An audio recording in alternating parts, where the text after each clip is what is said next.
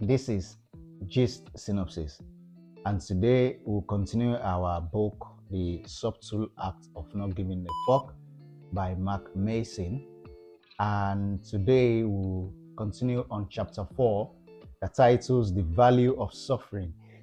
It's an interesting topic. Very interesting. The value of suffering. The value of suffering. So, in this chapter, we'll be talking about three very important things: choices, how we measure our success and failure, and self-improvement.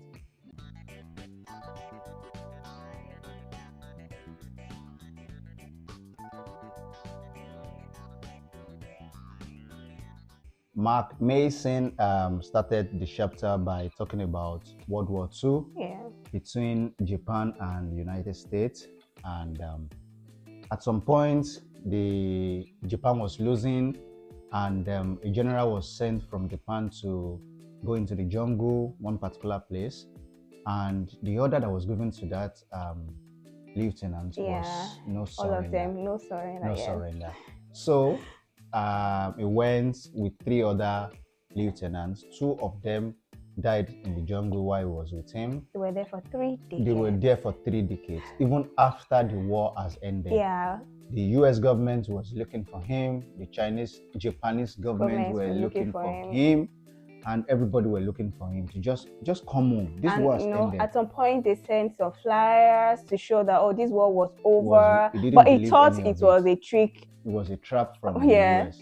So suddenly a particular guy named Suzuki went. This guy is just a joker, basically. Right. He went into the jungle and said, "Give me an adventurer. Yeah, give me a few days. Free-spirited kind of guy. Give me 3 days. I will look for him, and I will find." And in 4 days, he found him. Yeah. His plan was to just go into the jungle and just shout, "Oneda," and that's what he did actually. And he worked, and he found him. So at the end of the day, Another asked him why did you come why did you come here to look for him?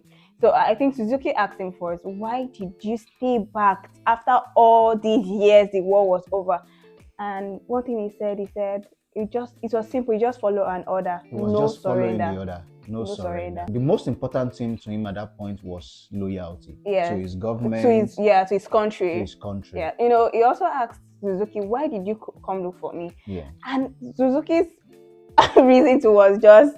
It was just absurd. He was looking for things. He came to look for him, to look for Onado, to look for snowman and panda bear. Yeah. Like, and you risk to risk your life for all of these things. That will bring me to I want to read this part that says, humans often choose to delegate large portion of their lives to seemingly useless and destructive cause. Yeah. Because Suzuki, why will you go look for? You've not been there before. You don't know what he looks like, and you went because it was just his decision.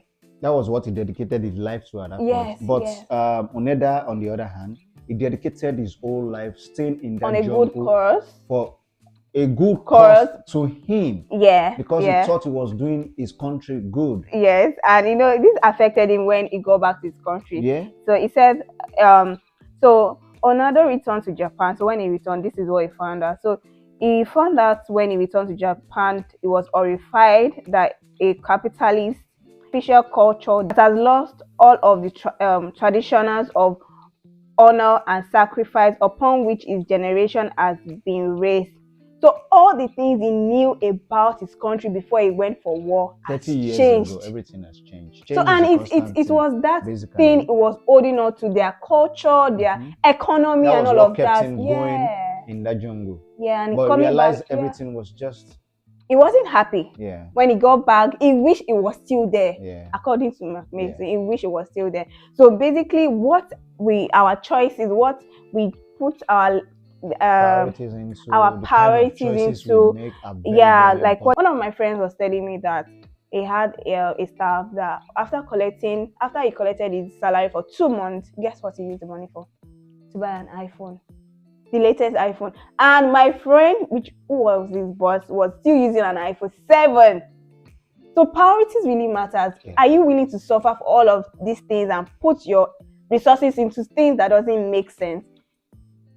it depends on what you want really, but let's put our priorities right. And so this brings me to the self-awareness onions, and it says self-awareness is like an onion. There are three layers to this. So the first layer of self-awareness onion is a simple understanding of one's emotion. Yeah.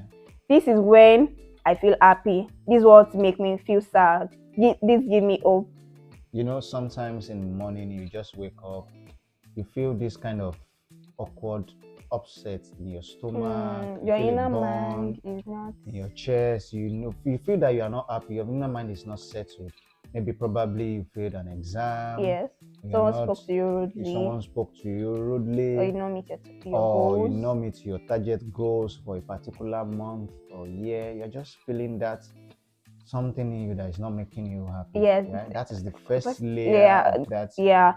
We are being emotional. So the second layer of self-awareness onion is an ability to ask why we feel certain emotion. Why are you angry? Yeah. Why do you feel why did you feel that? Why do you think you're not good enough? Why? You need to figure out why. Why do you feel that exam, like you said? Like you didn't put so much effort.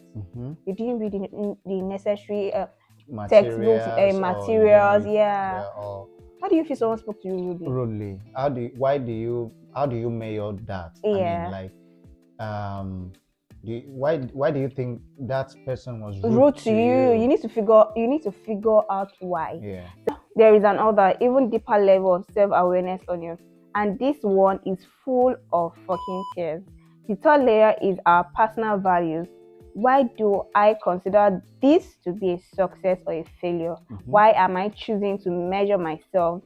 But by what standard am I judging myself and everyone around me? Yeah. So the third layer is basically realization. Yes. Because now you wake up in the morning, you feel upset, you feel like why? Then you ask yourself that question: why am I upset? Why is this going? Why did I? Then you feel like you realize that. Oh, sorry. You answer the question by saying, "Oh, is it because I failed this exam?" Yeah. Right? Yeah. And the third layer is realization. Okay, I have failed this exam. That is the deepest layer. That is the layer where you ask yourself questions. You have to be realistic with yourself. Yeah, with yourself. Why did I fail this exam? Was it because I was late to the exam, or was it because I didn't read the put enough time to the reading, the appropriate materials? What was it? What really went wrong? What really went wrong? Yeah. I want to read this part that says, this layer, which takes constant questioning and effort, is incredibly difficult to reach. But if we are realistic to ourselves, we reach that point. But it's the most important, because our value determines the nature of our problem, and the nature of our problem determines the quality of our lives. So we want to live a better life. That's why you want to write that professional exams. Yeah. That is why you are putting so much time into reading. Now, and if you fail, you still need to go back to do it better, because you have realized why you have failed. Now to live a better life. To live a better life, you want to write that particular exam. Yeah. Right? That is why you want to write the exam. Or somebody was rude to you. To live a better life, maybe not just listen to that person or give it a different meaning in your head. Yeah. Instead of getting upset about it. And if you don't meet your business target, realize why you have not meet that target and do it right. Because that is what will give you a better life. Yes, better life. The kind of values you want in life, in your business, in your personal life, in your career. So we need to be truthful to ourselves in all of these things. We need to figure out personally and make the right decision. And the suffering you are putting aside, what you are going through, that suffering, does it really worth what you want to get at the end? So, and reading this page 76, problems might be inevitable, but the meaning of each problem is not. We get to control what our problem means based on how we choose to think about them and the standard by which you choose to measure them. So, for example, maybe when you done your fish farming, it didn't go well. That was a big problem to you, a big loss. Or for someone that the business is not going well, or you invest in a get quick rich investment that you lost your money. The way you measure your problem will differ from how I'll measure my problem. Yes. To start, the standard, like the odds is different from each other. So the suffering, what you went through then is different from how. So everybody go through different problems really in a different way. Yeah. and how we want to do it. Yeah, it's different. How we measure it and handle it at the long run is different from each other. It's really different from. Oh, so the best question is not whether we evaluate ourselves against each other. Rather, the question is by what standard do we measure ourselves? So our problems, what standard do we measure? Do you measure our problems? Yeah. Yeah. Like for example, my first failed farm. By what standard do I measure it? Yeah. Do I measure it in such a way that I feel like a failure, a total failure? Or you need to move closer to people that have done better. Yeah, and keep myself as a total failure. Or measure it in such a way that I need to do better. I need to learn more. I need to move myself closer to people that are into that business, that particular business. I need to know more about it. Basically. You know, I think there are courses they do for all these kind of things too. So training, seminars and all of that. And for someone that failed the exams, the professional exams, what should you do to make yourself better, to get the right score for these exams? So meet people that have done it before, get better materials, make yourself so you know what videos. So you know that what you are really suffering for, really what the value of what you are going to get at the end is really important. Our value determines the metrics by which we measure ourselves and everyone else. Another values loyalty to Japan Empire. Loyalty. So it was sustained him for almost 30 years. Loyalty sustaining for almost 30 years. So what is going to sustain you when you are going through that suffering is really important. That is the value. That is the value. So during your fish farm, you didn't give up because you know that this business is lucrative if you get the right thing in this business. The value I can get from it. Yes. And for someone, you know that getting a better job it is for you, and you need to pass this professional exam. So so you just have to hold on to that. Hold on to what matters to you. Your value when you are going through all of this suffering. So if you want to change how you see your problem, you have to change what you value or how you measure your failure or success. You've mentioned how you're going to measure that failure, that success, how you're going to make that business a better, to come out better. You've mentioned it. So you need to roll with people that were in that business, more experience, go for training, seminars, get more, So that's how to measure, and that is how we need to do all of these things. We should be conscious. We should be consciously noticing things that the value we want. How do we want to make ourselves a better person, really? So we need to talk about the two bands in the book. One of them was Dave, and the other was Pete. So they are from two different bands. Dave, before his band went viral and progressed, he was sacked, and he was the cute boy from the band. They were jealous of him basically, so they sent him out, and he vowed to himself that he was going to start his own. Yes, it was going to be bigger than his. That he was going to be bigger than his own band. Sell albums. He was going to sell platinum and all that. And he did. He was doing very well. But unfortunately, if the band he left was selling 1 million albums, he was selling like 300,000, 400,000. He was doing very well. But he was still not happy. None of that gave him happiness because his